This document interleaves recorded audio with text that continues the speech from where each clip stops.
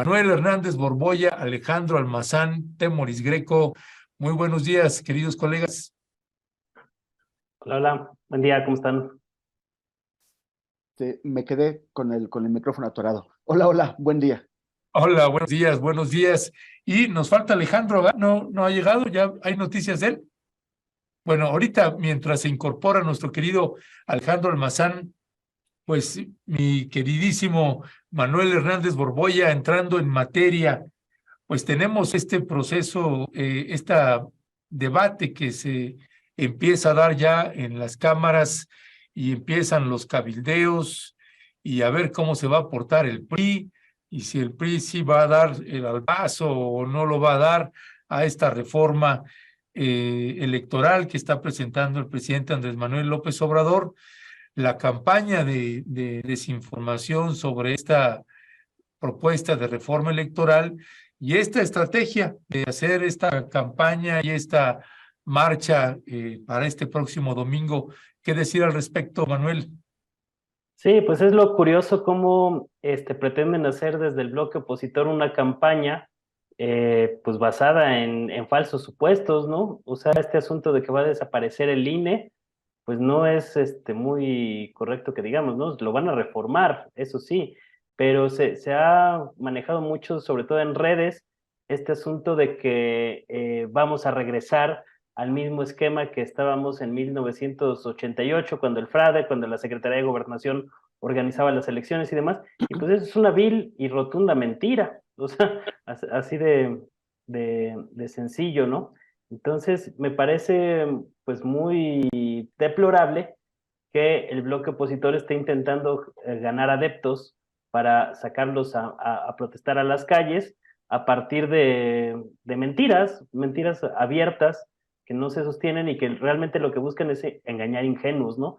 A mí me parece que el tema de la reforma electoral, como lo está planteando López Obrador, en general, tiene muchos aciertos. O sea, a mí me parece que sí es un acierto con sus riesgos, ¿no? Y con sus cosas, el hecho de poner a voto popular a los magistrados y consejeros electorales, ¿no? O sea, yo creo que eh, se ha pervertido mucho el manejo y el manoseo de estas figuras y que pues sí nos da una mayor responsabilidad como ciudadanos. Tiene riesgos este asunto de llevarlo a voto popular, porque a final de cuentas los personajes que quieran ser impulsados desde los medios de comunicación, que tengan una mayor visibilidad mediática, pues tendrán más posibilidades de ganar, ¿no? Es decir, los personajes de las élites que puedan aparecer en esta palestra, pues tendrán más posibilidades de ser votados, pero a final de cuentas me parece un proceso más abierto y transparente, preguntarle a la gente cuáles quiere que sean sus autoridades electorales, que como se ha dado hasta ahora, que ha sido un reparto de cuotas de partidos. Me parece que el hecho de quitarle el control a las cúpulas partidistas de este asunto, pues podría ser un avance. Hay que ver, a lo mejor sale mal la jugada y habrá que reformarlo también en el futuro, ¿no? Pero me parece por lo menos interesante el experimento, porque digamos, no podíamos ir a las elecciones del 2024 con las actuales instituciones electorales. Lo que sí me preocupa un poco es que no viene nada sobre reformar el Tribunal Electoral, o viene muy poco sobre reformar el Tribunal Electoral en esta propuesta, ¿no? Yo creo que también hay que meterle mano a ese asunto, porque ahí están algunos de los principales atorones democráticos que existen en México. Yo estaba haciendo un recuento sobre, por ahí en Twitter, de lo que ha sido la historia del IFE-INE, y realmente pues hay toda una narrativa que se ha basado en glorificar al Instituto Nacional Electoral como garante de la democracia, pero se omiten muchas cosas en esta narrativa. Una de ellas pues es que surgió como consecuencia del fraude de 1988, el entonces IFE, como parte del pacto entre Carlos Salinas de Gortari y la cúpula del PAN. Acuérdense que cuando la Secretaría de Gobernación era la que organizaba las elecciones en aquel entonces, pues la última instancia, como no había tribunal electoral ni estas cosas, la última instancia que calificaba la elección presidencial era el Congreso, y de ahí vino el famoso acuerdo o el pacto secreto entre el PRI y el PAN, el nacimiento del PRIAN, y a partir de ahí una de las condiciones que puso el PAN, como dijo Luis H. Álvarez en su momento, para que se fuera legitimando el ilegítimo Carlos Salinas de Gortari, era precisamente la construcción de este IFE, que en su momento representó, yo creo, un avance, pero que con el paso del tiempo pues dejó claro que realmente era un instrumento para darle viabilidad al bipartidismo de derecha, muy en sintonía con el modelo anglosajón, que se había impulsado desde Estados Unidos y desde Gran Bretaña como parte de su modelo neoliberal, y que cuando fue puesto en prueba este órgano electoral, sobre todo en el 2006, pues tronó como chinampina, lo vimos con el fraude de 2006, y por si había quedado dudas, pues después vino el fraude de 2012, que hace como que el fraude del 2006 hay más aceptación en llamarle como tal, pero en el del 2012 como que no hay tanta claridad en ese asunto, pero desde luego que se trató también de un fraude, de la cantidad tan brutal que inyectaron de dinero a la elección de Enrique Peña Nieto, pues fue completamente fraudulenta. Y lo que pasa es que llegaron a niveles absurdos en esa elección para mantener ese pacto, ¿no? Por ejemplo, a mí me tocó cubrir la sesión del entonces IFE, cuando se validó todo el tema del Monex Gate, y eran ridículos los argumentos, ¿no? O sea, decían, la ley castiga la inyección de dinero en efectivo, pero esto no es dinero en efectivo porque son tarjetas electrónicas de Soriana, ¿no? Entonces, no podemos castigar a Peña Nieto por esta situación. O sea, llegaron a ese grado de estúpido de retórica, y también el famoso capítulo del consejero Sergio Ramírez, que había declarado conflicto de interés por estar involucrado ahí o tener cercanía con Gabino Fraga y compañía, que eran algunos de los involucrados en el Monex Gate, y que a la mera hora fue el voto decisivo para validar la presidencia de Peña Nieto, ¿no? Es decir, todos estos episodios pues muestran quién es realmente el INE. A partir del fraude de 2012 vino esta reforma que dijeron dentro del Pacto por México. Dentro del Pacto por México se fraguó esta reforma al entonces IFE, que se convirtió en INE, y yo no me acuerdo que en aquel entonces lo defendieran así a capa y espada diciendo que al IFE no se tocaba y estas cosas, ¿no? Y resulta que se le dieron más facultades, se le dio más presupuesto al órgano electoral para que metiera mano en las elecciones estatales, con el pretexto, o esa era la intencionalidad o la justificación que daban, de que los gobernadores no metieran mano en las elecciones.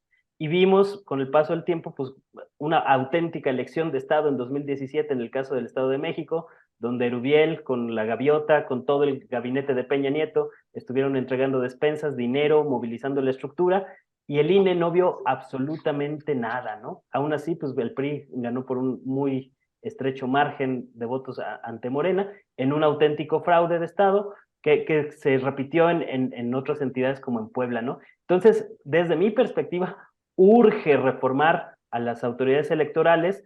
Hay algunos planteamientos que pueden resultar polémicos, como este asunto de que el voto ahora va a ser a partir de listas que van a dar los partidos, que ha también generado ahí cierta polémica, pero yo creo que en la práctica no cambiaría mucho el escenario, ¿no? A final de cuentas, es más común que uno termine votando por el partido y por el membrete o por el bloque que por el candidato como tal, ¿no? O sea, ¿cuántas de los procesos de asignación de candidaturas pues son respaldados por un movimiento popular? Pues muy pocos o prácticamente, bueno, lo dejarían muy pocos o casi ninguno, ¿no? Entonces, en ese aspecto no creo que tampoco vaya a haber un cambio radical el hecho de que ahora se vote en bloque a partir de listas, que con candidatos elegidos por las cúpulas de los partidos de manera más personalizada, ¿no? Entonces, hay algunos asegúnes que todavía se tienen que discutir, y por supuesto, pues la parte del presupuesto y todo este asunto de cómo Lorenzo Córdoba escondió la encuesta donde el 52% de la población aprobaba o estaba a favor del cambio al INEC, y el 72% me parece que era, o 78%, que estaba a favor de que fueran elegidos por voto popular consejeros y magistrados, al mismo tiempo que promovía otras encuestas de reforma, por ejemplo, que le beneficiaban a sus intereses políticos, pues te muestra y te encuera de cuerpo entero pues quién ha sido el INE y la necesidad tan fuerte que tenemos hoy de reformar estas instituciones electorales. Gracias, mi querido Manuel Hernández Borboya. Ya está por ahí también Alejandro Almazán. Buenos días, Alejandro, bienvenido. Hola, ¿qué tal? ¿Cómo están? Perdón la tardanza. No te apures, un gusto. Bienvenido, mi querido Alejandro. Temoris Greco, tiene usted la palabra, señor. Le agradezco, don Neto, le agradezco.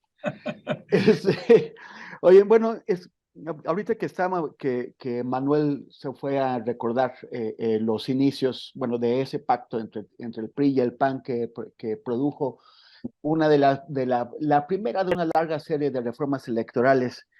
Bueno, pues fue a consecuencia del fraude electoral de 1988 y tiene todo que ver porque porque ayer le regalaron un perredista, lo cual pues, o sea, bueno, pues, o sea, que hay que hacer un perredista hablando de democracia, ¿no? Pero le regalaron a Manuel Bartlett un dinosaurio de juguete, ¿no? De peluche, y me acordé de la época en que le cantaban en los años 90 a Bartlett, los universitarios le cantaban la canción de Barney y el dinosaurio, ¿no? Que decían, Bartlett es un prinosaurio, quiere ser presidente. Y pues a muchos de los que le cantaban, pues ahora lo festejan y lo toman como patriota. A pesar de todas las tropelías que hizo como secretario de Gobernación, no solamente de fraude electoral, y también después como gobernador de Puebla. Hoy es el titular de la CFE, la Comisión Federal de Electricidad. En el 88 era el titular de la CFE, la Comisión Federal Electoral. Le gusta repetir siglas al señor Bartlett. Pero bueno, el caso es que lo que estamos viendo es evidentemente que la oposición sigue sin lograr articular un discurso que pueda motivar a la gente. O sea, el tema de la defensa del INE no lo pueden plantear como lo que realmente es. Manuel está en lo correcto, se está planteando una reforma del INE, no la destrucción del INE. Pero en política, dado que los públicos en general en México y en el mundo suelen ser la manera de comunicar en comunicación política, pues es a través de la simplificación de los mensajes.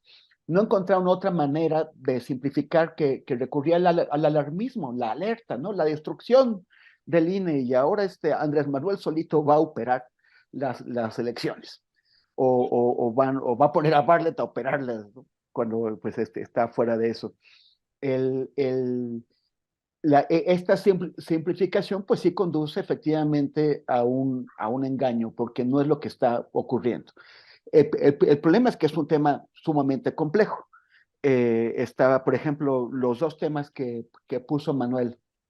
Uno es el de la elección de los consejeros, y también se ha planteado de los magistrados del Tribunal Electoral. Lo que queremos, lo que se busca es una despartidización de esas figuras, una despolitización, pues llevarlos a elecciones, llevarlos a que presenten proyectos ante el electorado no conduce a una despolitización, ni tampoco a una despartidización, porque el problema es de representatividad. ¿Qué tantos ciudadanos y ciudadanas tienen que votar para que un magistrado o magistrado, consejero o consejera tenga legitimidad? ¿Cuál es el porcentaje mínimo de votos que hace falta? Tenemos un problema que es compartido en las democracias en el mundo, de falta de participación, y es difícil sacar a la gente a votar. Ya lo hemos estado viendo con las consultas electorales, que ninguna ha sido válida legalmente, porque se quedan no lejos, lejísimos del porcentaje mínimo de participación, que actualmente es del 40%. Tenemos que preguntarnos si 40% es el porcentaje adecuado, porque si se lograra ese nivel de participación, 40%, significa que solamente 2 de cada 5 electores registrados están tomando las decisiones.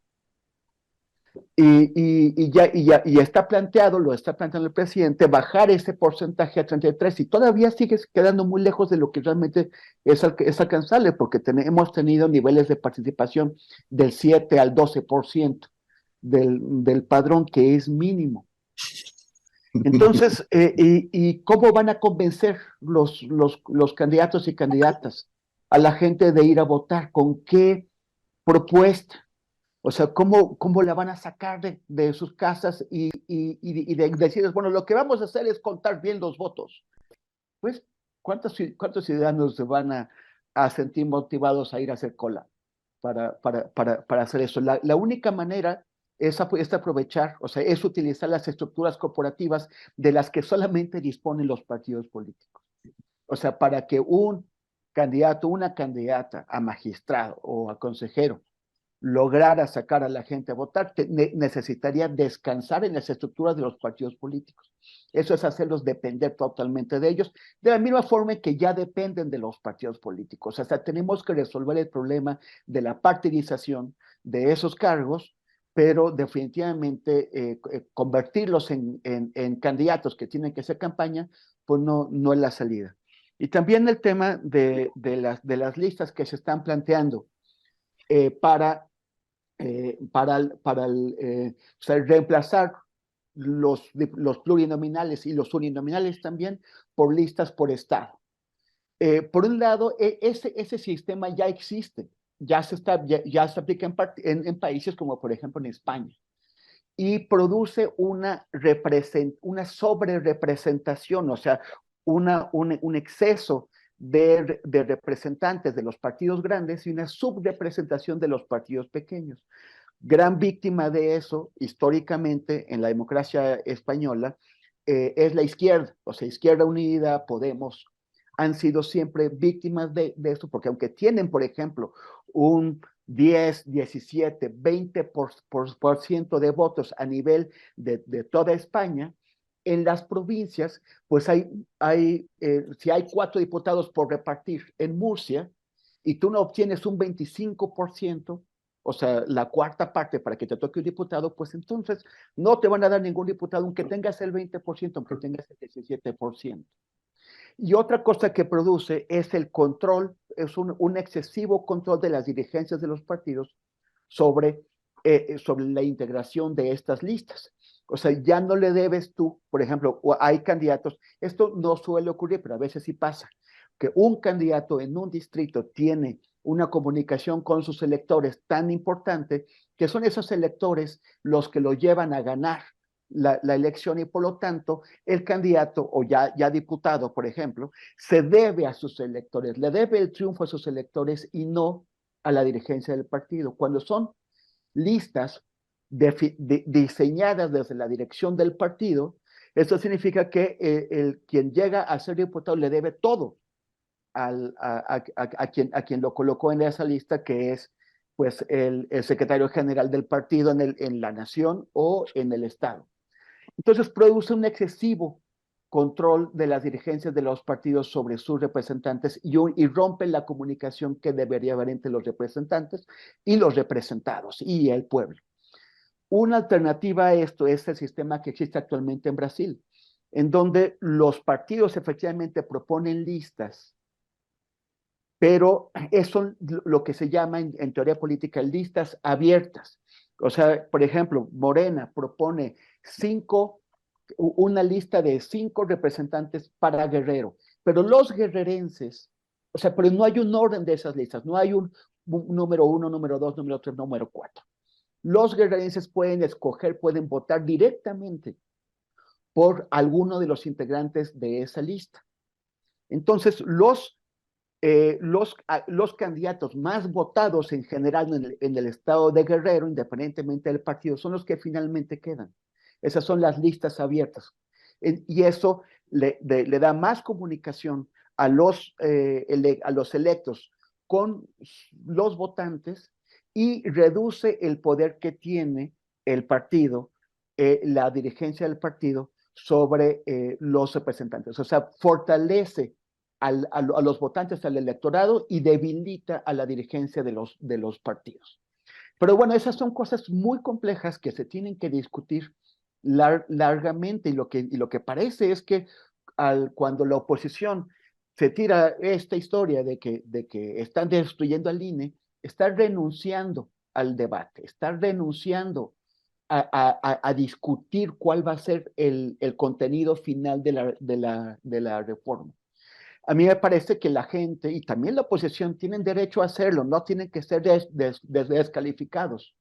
Quien quiera ir a marchar el domingo va a estar marchando, no creo que en defensa del INE, va a estar marchando para expresar su descontento, su oposición al gobierno, lo cual es plenamente su derecho. Lo que me parece que está mal, pues es que se les plantee que se está destruyendo el INE, que se va a desaparecer o eliminar el INE, cuando en realidad lo que se plantea es efectivamente una reforma. No sé si estarás de acuerdo, mi querido Alejandro Almazán, que el próximo año que se van a renovar ahí algunos consejeros del INE, propongamos a Temoris. Claro, no, pues, no, y también a Manuel, ¿no? Para que haya ahí contrapesos, ¿no? Yo vivo en la Benito Juárez, nunca voy a salir. Nunca he querido formar parte de aristocracias, aunque sean electorales. Fíjate que, digo, muy interesante, la verdad es que tanto lo que dice Temoris como Manuel, yo me quedo con lo del Zócalo. Digo, a López Obrador, el presidente, le acaba de decir a Claudia Sheinbaum que termine mejor el torneo el sábado, ¿no? Porque el domingo pues se espera esta marcha y también pues es su cumpleaños y sus huestes pueden ir a Palacio Nacional, etc.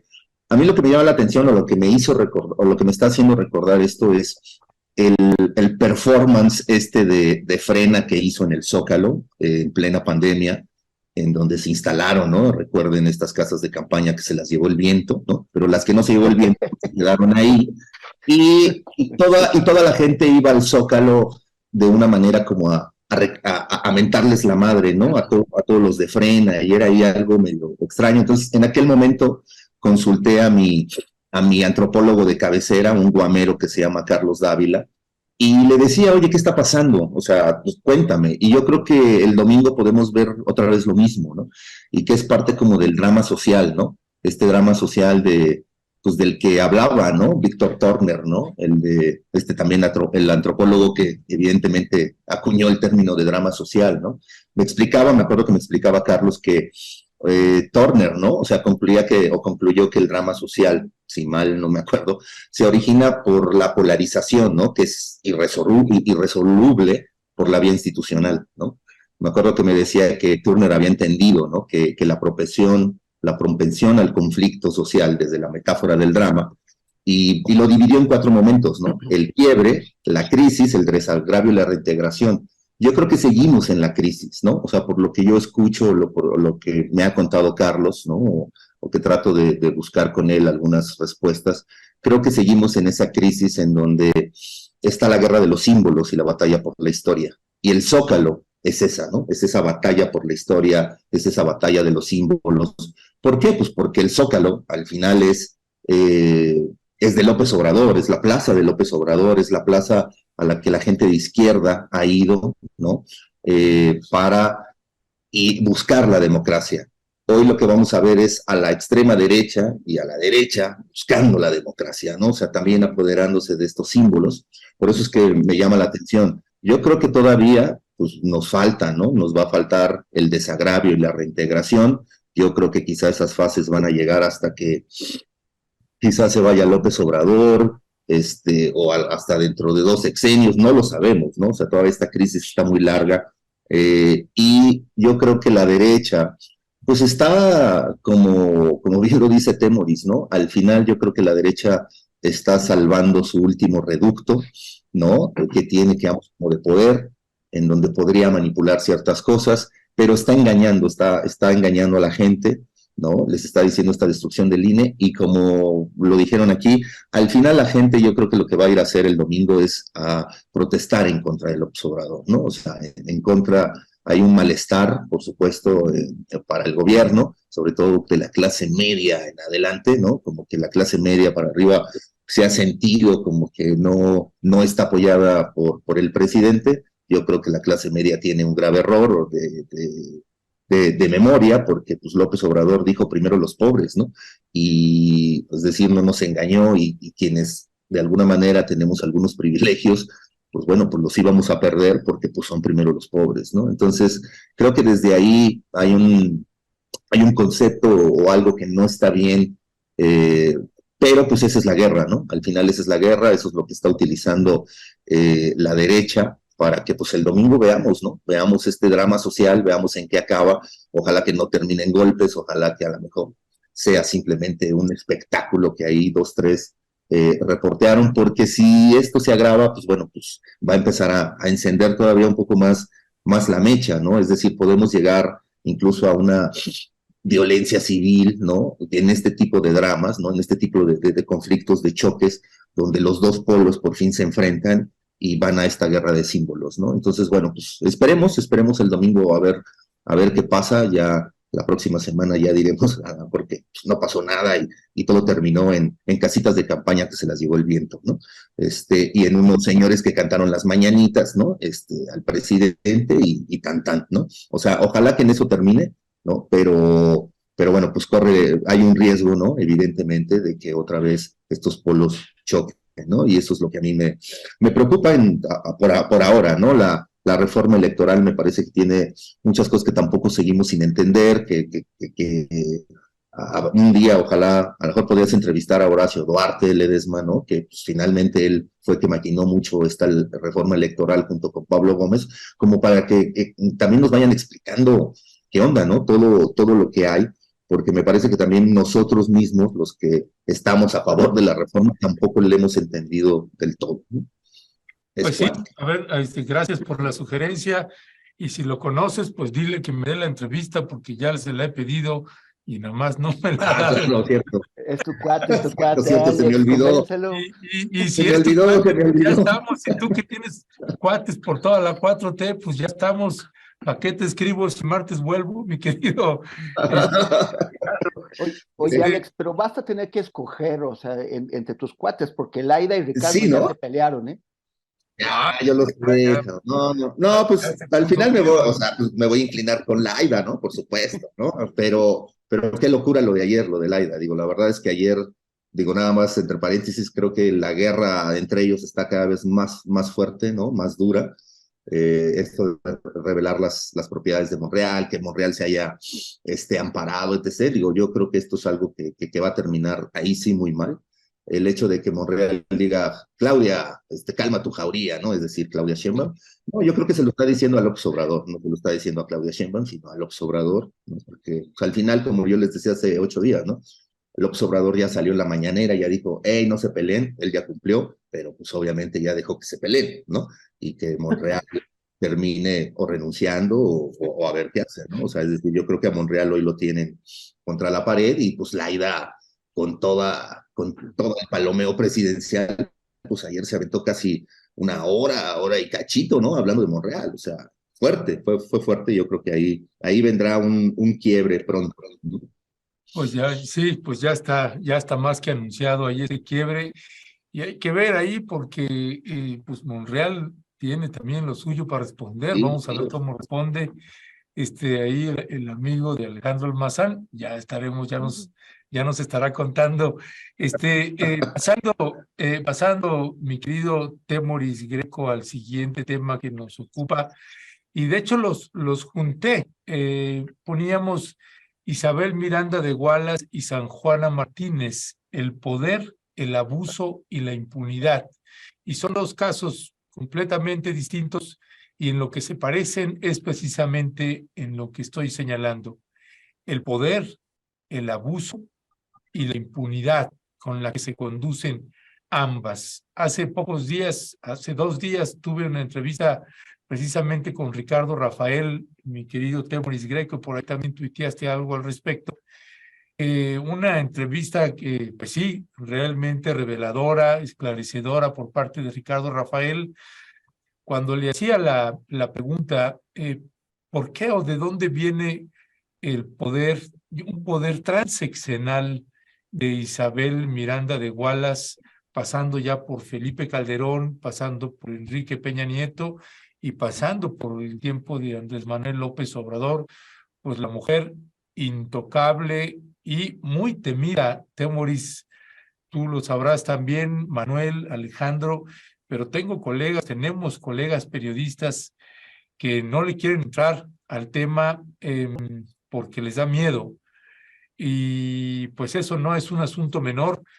Y esta señora que ha desplegado toda una campaña de espectaculares y todo esto que sucedió con Ricardo Rafael el fin de semana, ilustra y más que nada lo quería colocar desde ese ángulo, el poder de esta señora, la impunidad y cómo en estos ángulos se parece esta siniestra mujer con otra también mujer con un perfil siniestro como es San Juana Martínez. ¿Qué decía al respecto, Temoris? Bueno, yo sí quisiera, o sea, independientemente de que San Juan es un personaje, sí quisiera hacer una diferenciación entre ambas, ¿no? O Sí, sea, sí, sí. nivel de violencia a que puede recurrir Isabel Miranda, pues no, o sea, San Juana, sí, está tremenda, pero no, No o es el sea, diablo. No, hay niveles, ¿no? Hay Sí, niveles. claro. no Sí, manda a sí, golpear, ¿no? sí, sí.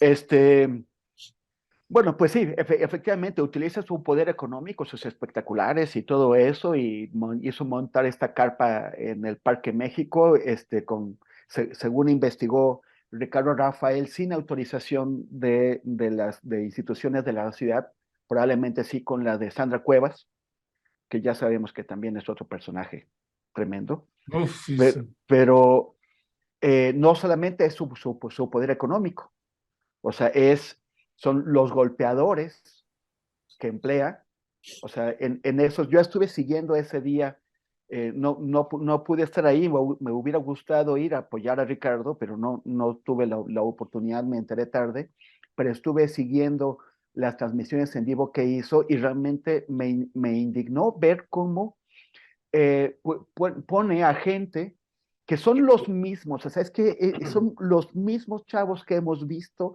en la misma zona haciendo despojos de casas, invasiones de casas, sacando a golpes a los vecinos y apoderándose de predios.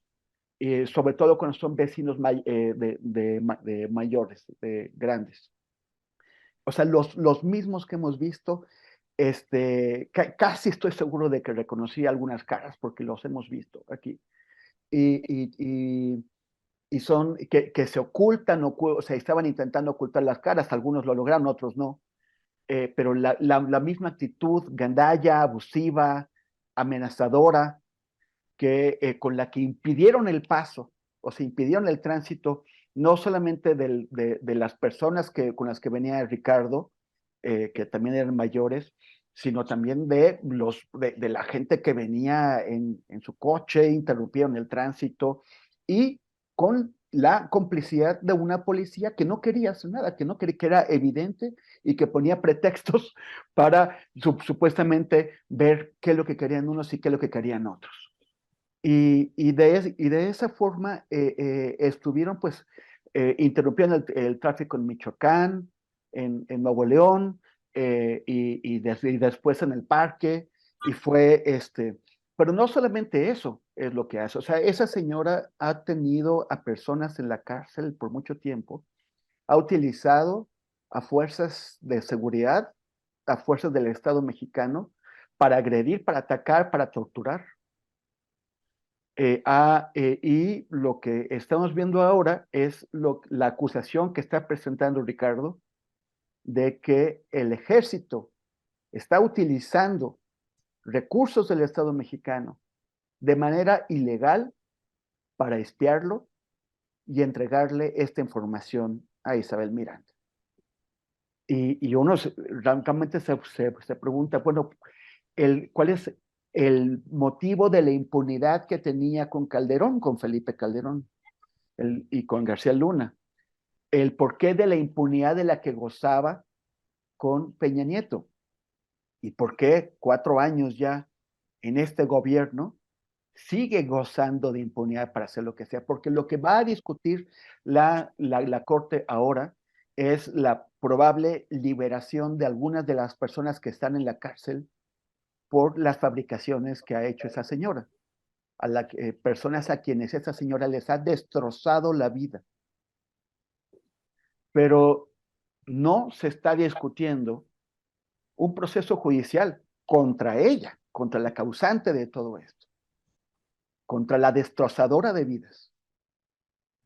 Y a mí me parece grave, o sea, ¿por qué alguien puede actuar con este descaro, con esta impunidad, gobierno tras gobierno, sin que se haga nada con ella? Es muy peligrosa y bueno, supongo que pasaremos ahora al tema San Juana. Yo lo dejo aquí en lo que tiene que ver con Isabel Miranda. Gracias, mi querido Temuris Greco. Manuel Hernández Borbollo, ¿qué decir de este personaje Isabel Miranda de Wallace y su poder tan seccional? No, pues es un personaje de lo más siniestro, ¿no? Quienes nos hemos enterado de algunas historias por ahí que circulan o que nos ha tocado medio ver de manera directa, pues es un personaje de lo más oscuro. O sea, yo creo que realmente el poder de esta señora pues tiene que ver con que es operadora política, es la que mueve varios hilos de las cloacas, no solo de ella, sino de un sector importante de las élites mexicanas. Es decir, la ves en varios eventos donde se maneja la élite. Pues acuérdense que Calderón hasta la postuló para la jefatura de gobierno de la Ciudad de México. Acá está vinculada con algunos grupos criminales del crimen organizado, a los cuales incluso controla y maneja esta señora, y pues es un personaje de lo más oscuro. Acuérdense también su cercanía con García Luna, ¿no? Era ahí de las consentidas y de las apapachadas de otro personaje siniestro como García Luna. Ahora sí que ellos nacen y entre ellos se juntan, ¿no? ¿Cómo es el dicho? Dios los hace y ellos se juntan. Pues así tal cual, con esta señora, con redes ahí de trata de personas. Es decir, es un personaje de lo más siniestro. Por eso pues hemos sabido, como bien lo comentabas, Ernesto, pues que varios compañeros pues muchas veces no le quieren entrar, ¿no? Porque además tiene vínculos y tiene resortes con varias áreas del Estado mexicano. Entonces, meterte con los intereses de Wallace es meterte con los intereses no solo de ella, sino de toda la élite a la cual le da un cierto cobijo para sus operaciones negras, digamos. Yo lo compararía un poco con este personaje, Eduardo Margolis, que aparece en el documental del caso Vallarta Cassés, el golem, como Golem. aparece en el documental. Pues Isabel Miranda de Wallace es un personaje similar, o que realiza ese tipo de actividades encubiertas, o de operaciones negras para un sector de la élite, y por eso tiene conexiones pues del más alto nivel, que incluso pues le pasan información de sus adversarios políticos, en este caso Ricardo Rafael, ¿no? Y pues los tentáculos de Isabel Miranda Wallace pues ahí siguen vigentes, ¿no? A lo mejor ya no tiene tantos reflectores como antes, pero pues lo vimos ahora en este numerito que hizo ahí en la Condesa, junto con el apoyo de policías, ¿no? Es decir, que tenían que ir a ser policías mandados posiblemente por Sandra Cuevas, a este tipo de actos privados y actos políticos, de un sector muy particular.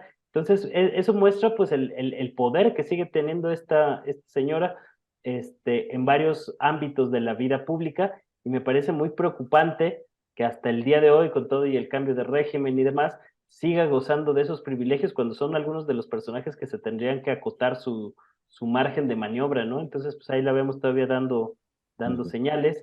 Es pues un personaje perverso, por todos lados, ¿no? Hay demasiados todavía misterios o cosas que no se saben públicamente de Isabel Miranda de Wallace, pero que es un personaje de lo más oscuro, yo me atrevería a decir, de la política mexicana. Gracias, mi querido Manuel Reyes Borboya. Alejandro Almazán, tiene usted la palabra, señor. Sí, mira, yo me acuerdo cuando se publicó a través de Random un libro que coordinó Diego Sorno que se llamó País de Muertos, y a la presentación fue la señora Wallace. Y puta, yo ahora me avergüenzo, ¿no? Porque en esa presentación le dije, oiga, qué buena onda, señora, que usted está luchando, ¿no? Bla, bla, bla, ¿no? Entonces, y me siento avergonzado, ¿no? Pero de pronto digo, bueno, León Krause debe estar peor, ¿no? Porque él hizo un perfil de la señora Wallace para ese libro, ¿no? Y la puso ahí como si fuera la mujer, ¿no? Que había... Pero ese no tiene vergüenza. Sí, no, yo lo sé, yo lo sé. Raimundo Rivapalacio dice que es una defensora de los derechos humanos. Sí, mira, yo creo que para quienes nos están viendo, quizás si se meten a internet, o sea, y buscan los reportajes que ha publicado Guadalupe Lizárraga, ¿no? En Los Ángeles Press, yo creo que hay mucha información ahí de Guadalupe, ¿no? Que te muestra quién es la señora Wallace, ¿no? Guadalupe ha estado incluso rastreando, ¿no? Si Hugo Wallace vive en Estados Unidos, ha logrado sacar un acta de nacimiento, etc., pero ninguna autoridad al final ha actuado contra la señora Wallace, ¿no? Al final, digo, conforme han pasado los años, hemos visto que es, en efecto, pues que fue toda una creación entre García Luna, entre Felipe Calderón, o sea, prácticamente de ese gobierno en turno.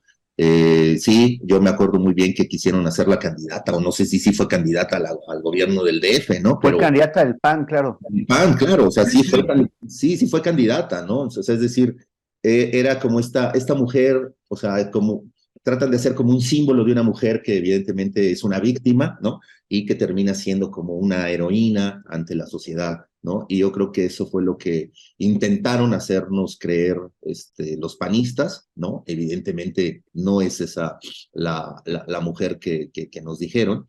Y me llama, bueno, pero me llama la atención, o sea, ella misma, ¿no? Esta impunidad de poder hacer algo en el Parque México, ¿no? Poder montar su exposición. Y yo estaba viendo también la transmisión de Ricardo Rafael y veía que vi ahí a 2, 3 tipos que se me hacían muy parecidos, a lo mejor no lo son, pero que eran muy parecidos a los que estaban aquí en el Parque Río de Janeiro, que no dejaban poner el tianguis feminista, ¿no? Y que son huestes finalmente de Sandra Cuevas, ¿no? Es decir, estaba protegido por las huestes de Sandra Cuevas, además de la policía, ¿no? Este acto de la señora Wallace, ¿no? Y bueno, pues me parece que ojalá había un cartón que vi de Kench que decía impunidad inexplicable, ¿no? Y entonces está la señora Wallace y están atrás los retratos de Calderón, de García Luna, y uno con un signo de interrogación que parece ser la silueta de Gers Manero, ¿no? O sea, me parece que creo que también Gers Manero, de una u otra manera, está ahí medio protegiendo a la señora, ¿no? No sabemos por qué.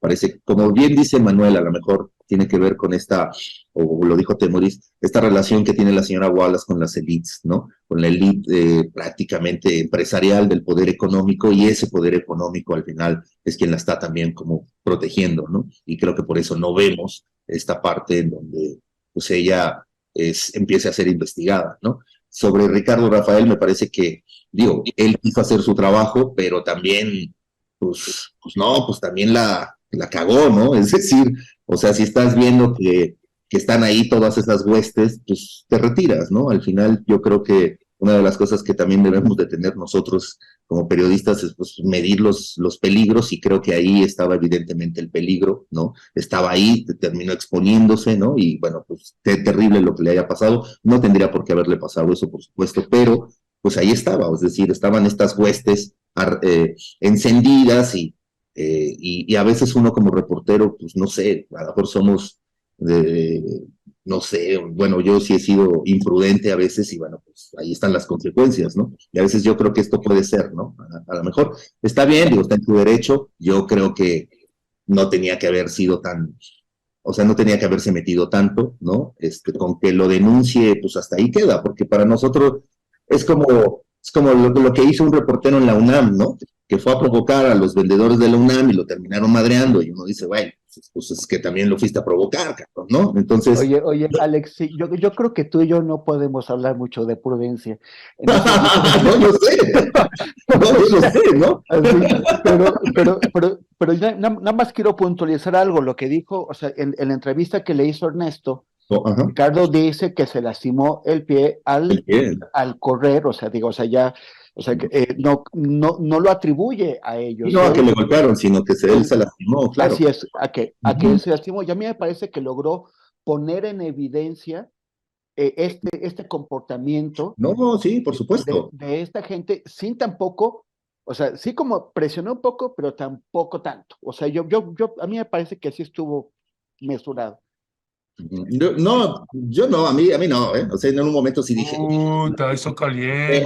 pero, no, de verdad, pero dije, bueno, pues ni hablar, ¿no? Digo, cada quien tiene su estilo al final de periodismo, como en efecto dice el Temoris, pues no, pues prudentes no somos nosotros, o sea, yo me iba a meter a lugares en donde hasta me he tenido que ir del país, o sea, terribles, pero yo creo que por lo mismo de que vas medio aprendiendo en dónde meterte o no, pues ves, ¿no? Es decir, o sea, si ves que están ahí las huestes de esta señora y que es bastante impune, nuestro trabajo como periodista tampoco es llegar ahí a confrontarlos, ¿no? O sea, yo Bueno, creo. era realmente de llamar la atención que estuvieran pues kilómetro y medio antes de llegar Ujú. al lugar. Y lo que me sorprendía mucho es que Ricardo Rafael y las señoras con las que iba caminaban, a, a más de 1 kilómetro de ahí, caminaban y los seguían y no los dejaban pasar por ninguna calle, ¿no? Claro, Pues sí no, se me claro, pero bueno, yo ahí como periodista, yo ahí sí diría, ¿saben qué? Ahí muere, yo ya me voy, o sea, es decir, porque ni siquiera tengo la protección, ¿no? De nadie, pero yo creo que hay una parte, ¿no? Del reportero en general, y me incluyo, nuestra parte machita, ¿no? De mi madre, o sea, sí podemos, y ahí estamos, ¿no? O sea, y yo creo que esa parte, pues también nos jode, ¿no? O sea, nosotros lo podemos ver como una suerte de, no, pues es que es nuestra libertad de expresión y tenemos derecho a circular, etc. Sí, pero pues también entiendo, o sea, es decir, Ricardo Rafael ha estado sacando muchísima información de la señora Wallace, muchísima, muchísima. Entonces, pues es obvio que él ya está ahí como marcado, como diciendo, pues es este tipo, ¿no? O sea, yo fui a hacer un día un texto a la laguna en Torreón y cuando salió el texto, pues un tipo me dijo, no, pues vente, acá te estamos esperando, ¿no? Porque pues queremos contarte nuestra versión, ¿no? Pues de idiota voy a ir, ¿no? Es decir, uno sabe cuando ya no tiene que ir a pisar el terreno, ¿no? Yo no, o sea, no estoy diciendo que Ricardo Rafael se haya equivocado, no, simplemente que, bueno, pues hizo su estilo, está bien, yo no lo comparto ya, ¿no? O sea, a pesar de que yo haya sido todavía mucho más imprudente que él, pero no lo comparto, ahí yo sí digo, ay, o sea, es terrible porque también si uno dice, bueno, hay que dejárselos a las autoridades, pues tampoco la resuelven las autoridades, ¿no? O sea, estamos hablando de la impunidad de la señora Wallace, entonces pareciera que sí, que a lo mejor esto que hizo Ricardo Rafael podría ser como una alternativa para medio confrontarla, pero también, puta, pues que el riesgo que lleva, digo, Ricardo Rafael no lo golpearon, pero pues mira, terminó con una lesión, ¿no? Por echarse a correr, ahí lo estamos viendo, ¿no? Echándose a correr, ¿no? O sea, terrible, pues yo también hubiera hecho lo mismo, ¿no? Pero yo creo que al final, Ricardo, no es el tema es la señora Wallace, la verdad es que ella es pues el verdadero, no es un demonio, o sea, tampoco es el diablo, ¿no? Y como bien dice Temoris, también hay una diferencia con San Juana, que ahorita tocaremos a San Juana, pero yo creo que el problema aquí es esa impunidad y ese poder que tiene en efecto la señora Wallace y que no se puede ni siquiera uno acercarse o ni siquiera ya uno puede como reportearla, porque entonces pues pasan estas cosas que ahora pues pasan con Ricardo, ¿no, Rafael? Gracias, mi querido Alejandro. Temoris Greco, pasando a San Juana Martínez. Pues la hemos documentado mucho desde que asumió ahí la dirección de Notimex. Nosotros en Rompeviento, pues entrevistamos también a las compañeras que fueron muy, muy acosadas, incluyendo en términos de acosos sexuales a través de otros personajes a las compañeras. Y lo que llamó mucho la atención, lo que nos llamó mucho la atención es el miedo a San Juan Martínez. no es un miedo menor que se le tiene, y que en casos como el de Manuel Ortiz, pues que lo llevó pues, incluso ya al extremo cuando empezaron ya a publicar fotos de su esposa y de su hija, de su bebé. de su bebé, ¿no? Y cuando empezaron a meterse en las redes sociales de cada una de las compañeras de Notimex, se empezaron a meter en las redes sociales de sus esposos, de sus parejas, de sus papás, de sus hermanos, de sus hermanas, y empezó un acoso, pero tremendo, y que llegó a un extremo en el que pues, nadie ya se atrevía a hablar, porque además había una campaña en redes sociales muy, muy fuerte, y los acosos de algunos de la gente vinculada, como este Monroy del que acaba de mencionar ahorita en una entrevista que tuve con Adriana Urrea, pues que ya tienen ascensos y que ahora ya tienen sueldos de 60,000, en fin, que el acoso ha sido sistemático de San Juana Martínez. En el caso de Manuel Ortiz, y ya no solo estoy platicando con varias de las compañeras que trabajaban ahí, que entraron con San Juana Martínez en el área jurídica, en el área administrativa, fotoperiodistas, y cómo a los trabajos donde ellas ahora se han metido a trabajar, llegan cartas anónimas a las empresas para que no las contraten, a todas estas compañeras que pues, le tienen un terror tremendo a San Juana Martínez, y que se habla aquí además del miedo que infunde porque está en el poder y tiene poder, ¿no? Aquí estamos hablando de poder gubernamental, es funcionaria de Estado y es pues intocable por parte del presidente Andrés Manuel López Obrador. ¿Qué decir al respecto, Temoris? Sí, mira, bueno, estas campañas que han sido analizadas, Sigma Lab, no, perdón, no es Sigma Lab, se me está yendo, pero hay un laboratorio de análisis Sí, sí, de la, de la universidad, del ITESO de Guadalajara, que encabeza Rosana Reguillo. Ellos han hecho el análisis de cómo operan estos ataques digitales contra periodistas a partir de Notimex. Ahí efectivamente exhibieron, no solamente intentaron atacar y desprestigiar a Manuel Ortiz, sino que llegaron al extremo de exhibir en redes fotos de su bebé, lo cual es bajísimo. A nuestro colega Alejandro Meléndez, que es un gran periodista, solidario con todas las causas, con quien se puede contar siempre que alguien tiene problemas, él está ahí. Difundieron fotos suyas con grandes letras en rojo que decía violador.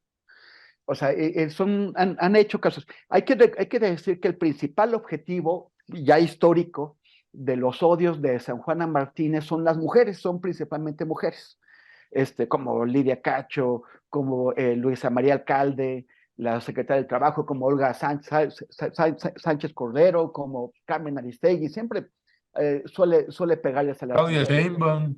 Turati. Con Marcela Turati, Claudia Sheinbaum, o sea, hay muchos. Pero desde que está en Notimex, digamos que su espectro de odio se ha ampliado también hacia los hombres y ha atacado. Y también que lo que revelan estos audios, no sé si los pusiste en tu programa antes. Lo tenemos, lo podemos poner. Si quieres, ¿puedes? Bueno, necesitamos un poquito de tiempo, pero adelante. Vale, bueno, pues ya los pasamos. Este audio en donde ella está conversando con gente de su equipo, exigiéndoles que utilicen sus redes personales para magnificar o para amplificar los ataques que se hacen desde Notimex. También, y se escucha que su equipo no quiere entrarle, o sea, se rehusan, ella los presiona y ellos están buscando pretextos para no entrarle, porque ya se dieron cuenta que así los utiliza. Al principio, por ejemplo, utilizó a una reportera de cultura que firmó un ataque contra los creadores, contra el sistema, así como parte de una ofensiva contra la comunidad de cultura. Y después corrió a esta reportera y ahora pues la ataca. Cuando Eric Muñiz, que es un periodista de Nuevo León, San Juan Martínez es de Nuevo León, se lo trajo de Monterrey, él era el corresponsal de la jornada allá y luego vino a Notimex. Y desde Notimex él fue el operador de muchos de estos ataques, que fue denunciado por varios trabajadores de Notimex y ex trabajadores. Y yo la advertí en una polémica pública que tuvimos, le dije, así como tú te estás dejando utilizar por San Juana Martínez para difamar y para atacar a tus compañeros y a tus compañeras, a ti te va a pasar lo mismo, y dicho y hecho. Eventualmente, toda la gente que San Juana Martínez ha traído a Notimex, a todos los ha acabado corriendo y ha acabado atacando. Y pues por eso se ve que ahora su equipo también está muerto de miedo, porque saben. Ya tenemos el audio por ahí, Temoris, vamos a escucharlo. Vale.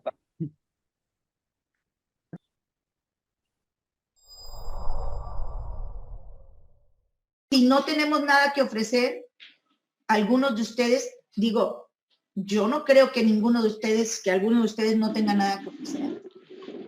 Todos tenemos algo que ofrecer. No veo que compartan los videos que hizo Garza, ni siquiera tú, Garza.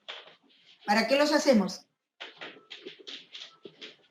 Sí los compartimos y yo se los pasé también a mi gente para que los compartiera. No los compartí en Twitter con mi cuenta porque para que no se viera muy obvio, pero sí lo... Pero sí. ¿por qué no se va a ver obvio? Aquí la que no puede compartir soy yo, porque soy la directora general.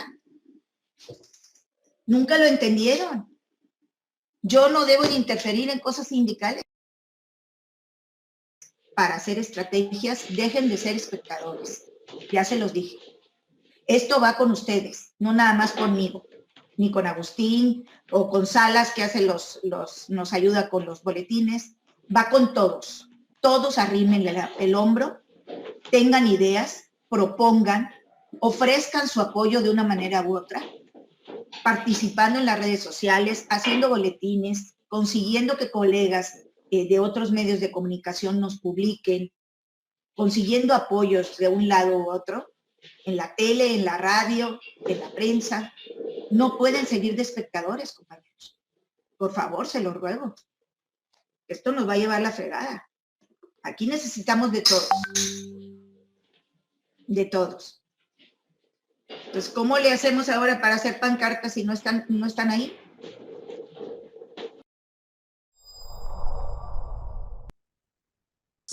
Temoris. Y ese team que menciona, pues yo creo que no sé si es su mano derecha o es una de sus manos derechas, es uno de los sobrevivientes, que también se trajo del noreste, pues una persona que nunca ha hecho un solo trabajo destacado en periodismo, pero que el año pasado ella utilizó para atacarme a mí porque publiqué un reportaje en el portal MX al respecto de lo que ha estado haciendo, y de pronto tienes a Notimex, pues atacan. O sea, quien se mete con lo que está haciendo Notimex es inmediatamente atacado.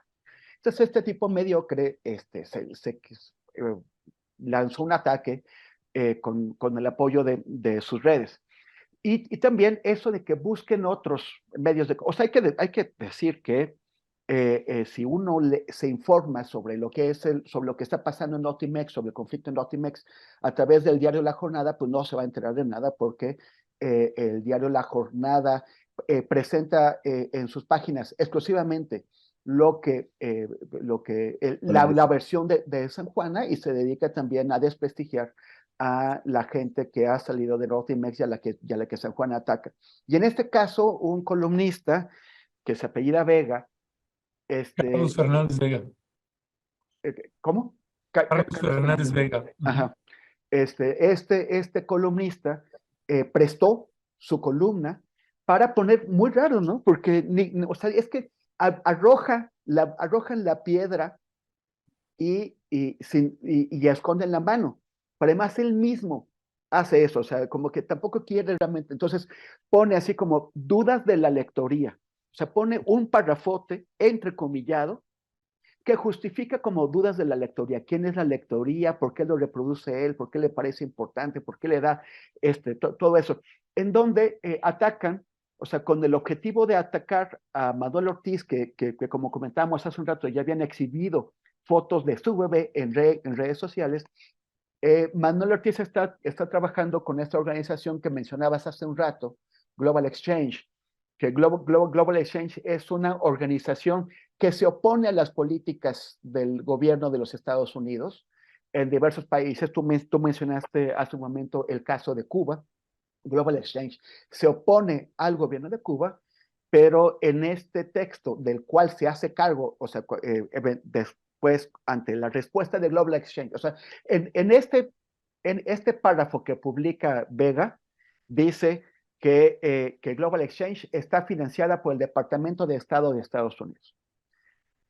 Lo atribuye a quién sabe quién, a la lectoría, que quién sabe quién es, que es San Juan Martínez.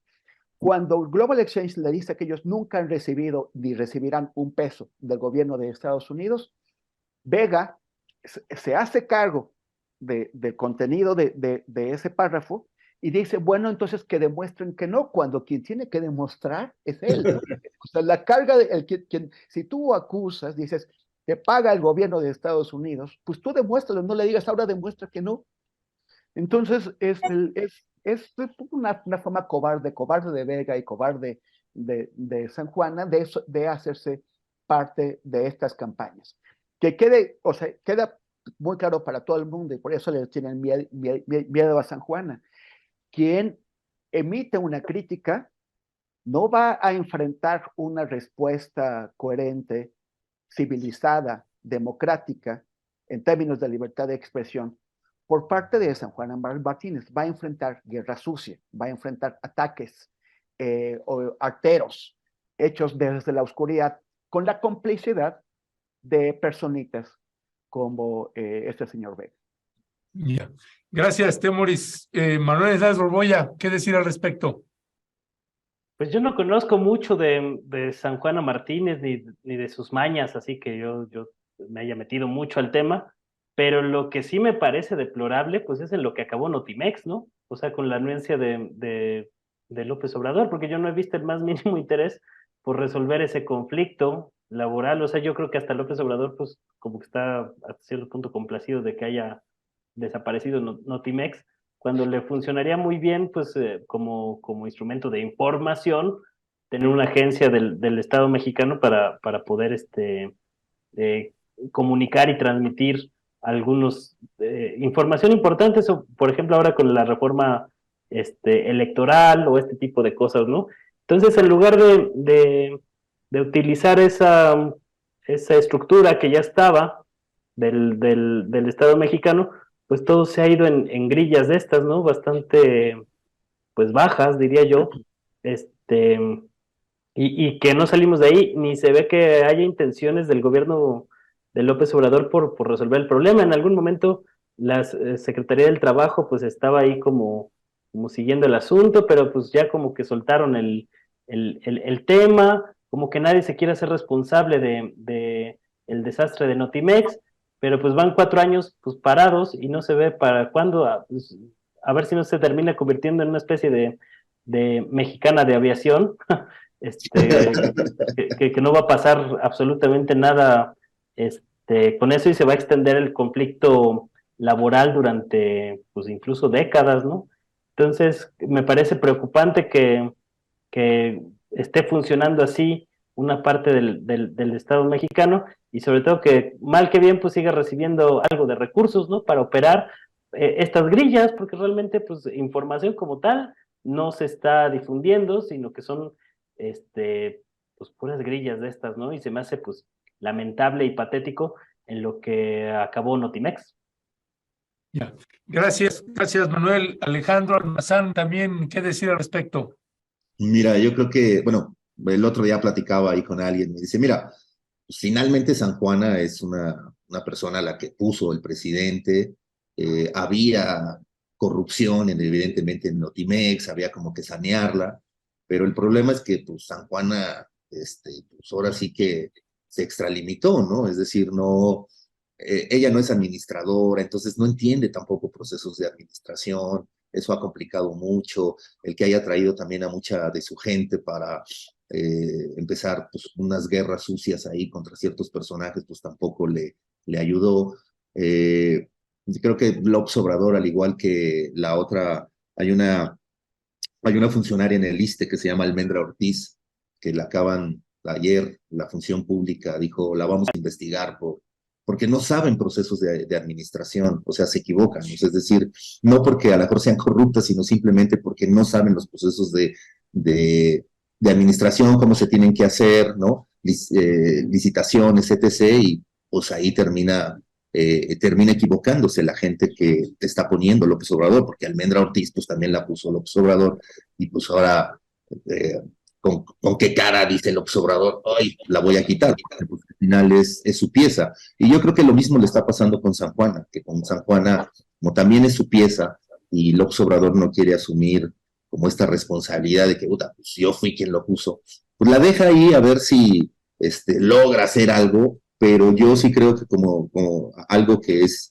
importantísimo que lo dice Manuel, es una agencia del Estado mexicano con que pudieran hacer mucho, o sea, su propaganda, esta sección de quién es quién, ¿no? Que está mal ejecutada, pues desde el Notimex podrían hacer toda esta campaña en contra de las fake news, ¿no? Que existen en el gobierno, pero creo que han estado desaprovechando toda esta oportunidad, pues simplemente por quizá los arrebatos de San Juan, ¿no? Yo no creo, como lo decíamos hace rato, digo, también para diferenciar, no es la señora Wallace, no manda a golpear, ni este tipo de cosas, ¿no? O sea, pero sí es una mujer que tiene un poder, ¿no? Que lo ha usado en perjuicio de otras personas, y bueno, pues ojalá, de verdad que, o sea, López Obrador un día se levante y diga, no, si esto ya es un error, ya es insostenible, y la quite, porque de otra manera ella no va a salir de ahí de la agencia de Notimex, ¿no?